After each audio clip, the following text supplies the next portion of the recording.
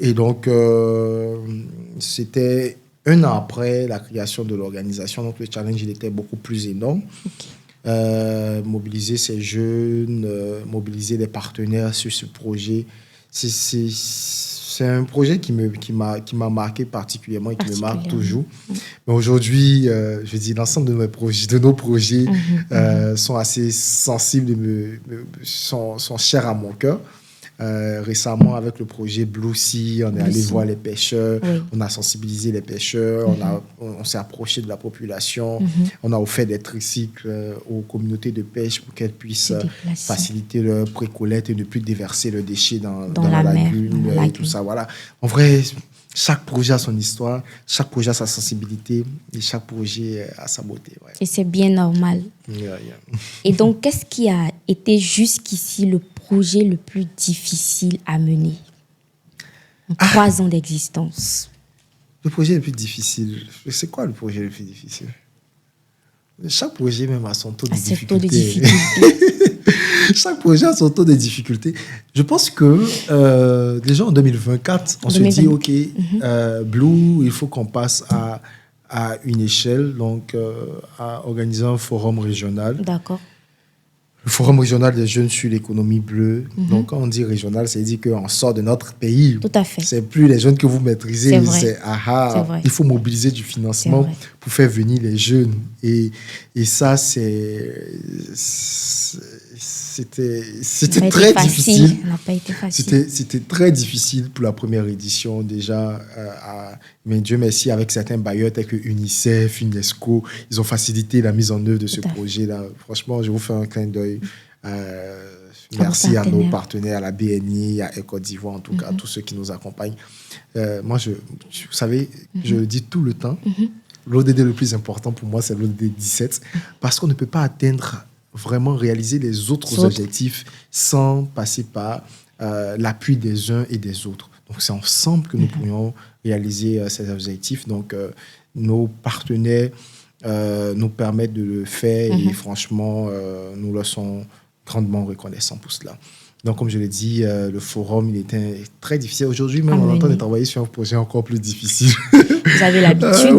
Encore plus difficile, qui nécessite une mobilisation de fonds assez importante. Donc, voilà. Donc, en 2024, il y avait cette difficulté-là. Cette année, il y a le projet Blue Sea encore avec son taux de difficulté, avec un avis collecteur sur lequel on est en train de travailler, un centre de tri. Et voilà, bon, c'est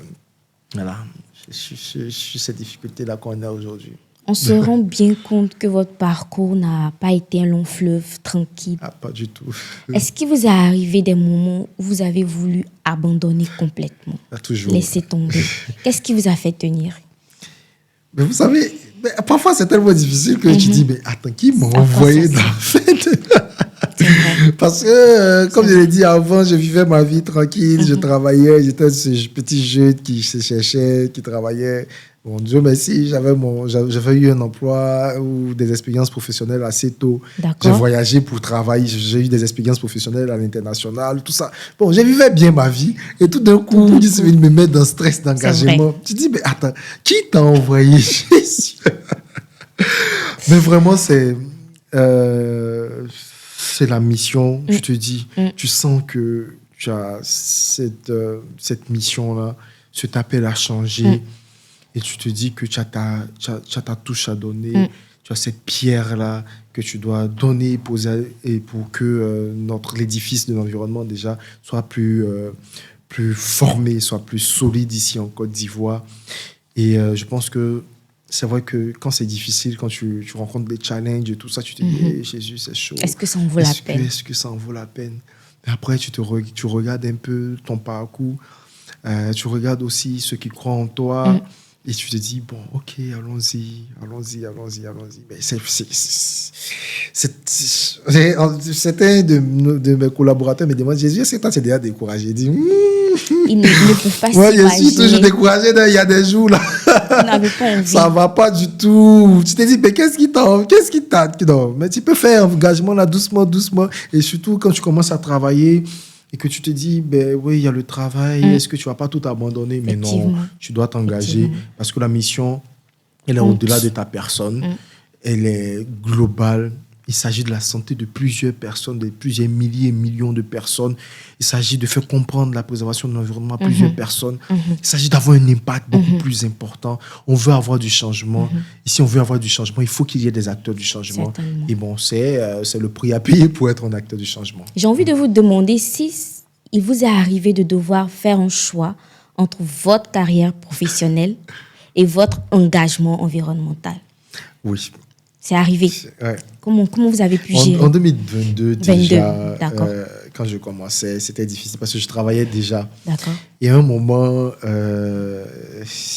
l'organisation était naissante. OK. Les challenges étaient beaucoup. Bon, les challenges même, là, c'est toujours Lourd. compliqué. Oui. Et les challenges évoluent en fonction de C'est l'âge, vrai. de la maturité, C'est des vrai. projets que tu as. Donc, je travaillais, j'avais une pression. En ce moment-là, je n'arrivais pas encore à jongler entre travail Et l'engagement. et engagement et tout ça. Donc, j'ai dû démissionner. J'ai démissionné à 2 reprises. Et Wow. quand je me rappelle que je n'ai pas dit à mes parents que j'avais démissionné. Je leur avais dit, mais vous savez, il y a eu une sorte de remaniement. En tout cas, il y a eu des choses. Voilà, c'était bizarre. Et puis, bon. Donc, c'est quelques temps après que je leur ai dit que j'avais démissionné. Mais là, j'avais obtenu un autre travail, le poste heureusement. que j'ai aujourd'hui. Donc, ils l'ont pris quand même. C'est toi, petit, là. Je leur ai dit, ben, vraiment, c'était un coup dur parce que je n'avais plus de salaire. Quand même. Au début, c'est ton salaire que tu prends pour financer le projet. Il y a mes parents qui me donnaient de l'argent quand même quand tu as pas fait des actions et tout ça. Parce que nous, on ne demande pas d'argent aux bénévoles et tout quand on va faire des différentes actions. Soit on a un partenaire qui nous finance ou nous-mêmes, on essaie de financer les différents projets, les différentes activités. Donc, au début, c'était ça. Donc, tu prends ton salaire, tu mets. Dans l'engagement. Tu n'as même pas pas de l'argent pour retour, acheter en fait. un nouveau t-shirt. Tout à fait. Pendant les fêtes, tu es là. Et puis, quand il y a une activité, tu donnes tout ton argent. Voilà, Ouais. c'est comme ça que ça se passe.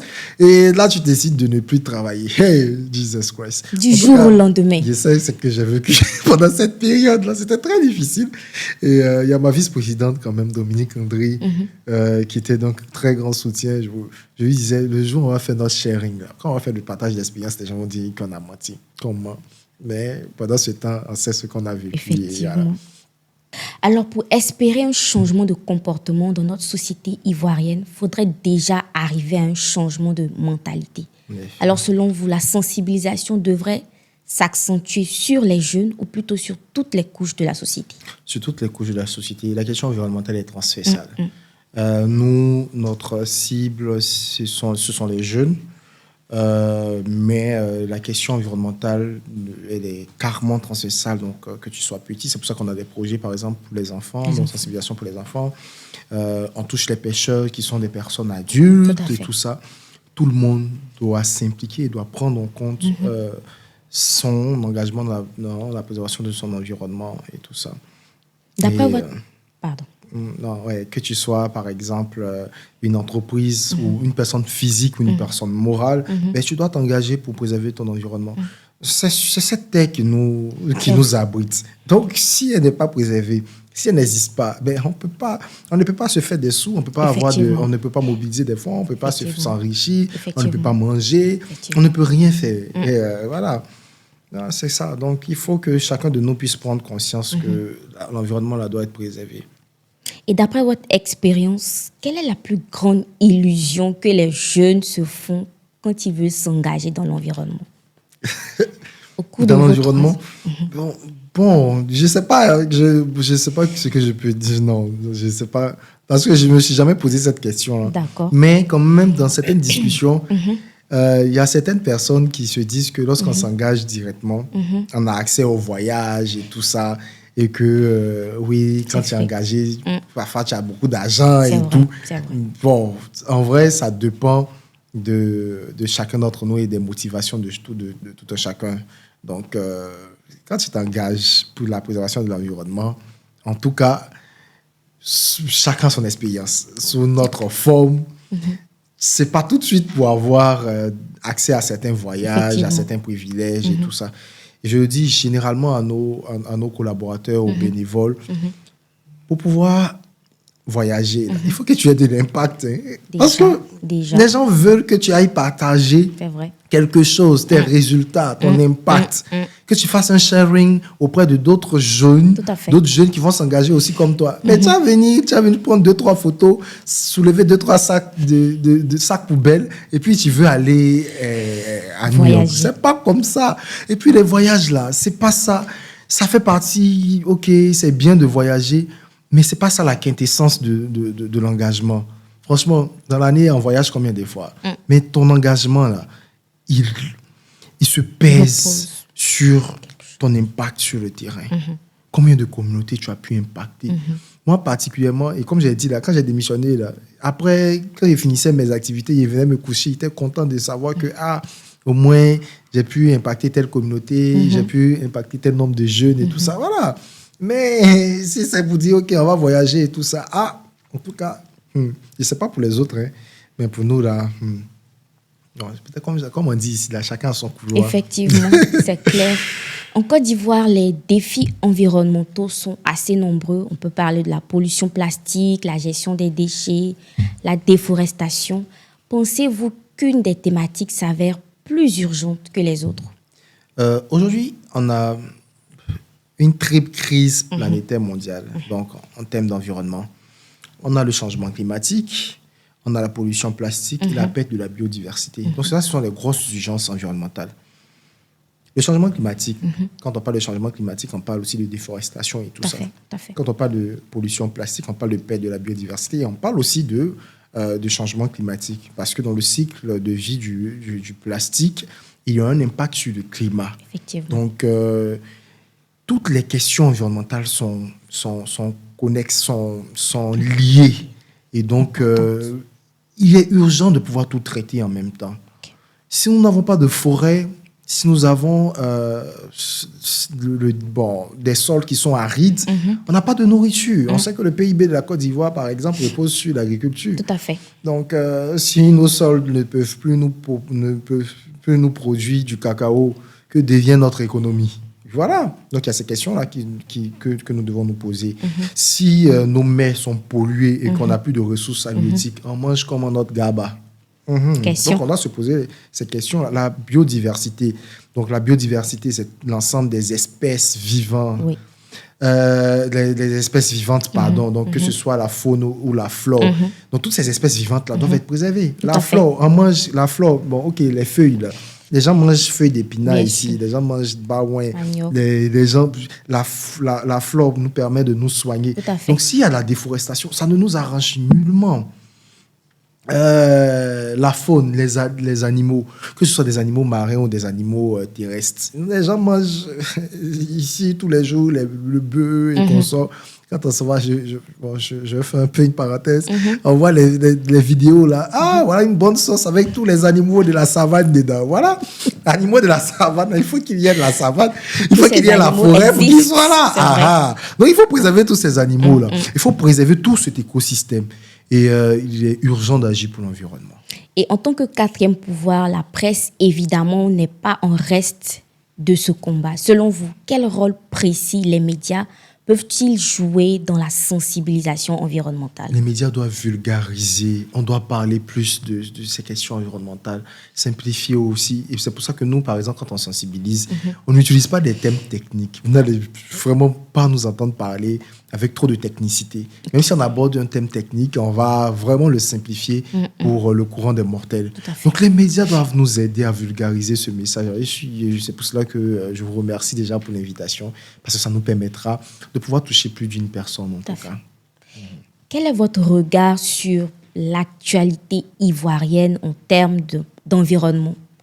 Entre autres, j'ai 2 sujets que j'aimerais vous proposer. On a l'orpaillage clandestin et le remblayage de la lagune. Quelle lecture faites-vous de ces 2 sujets-là? Succinctement.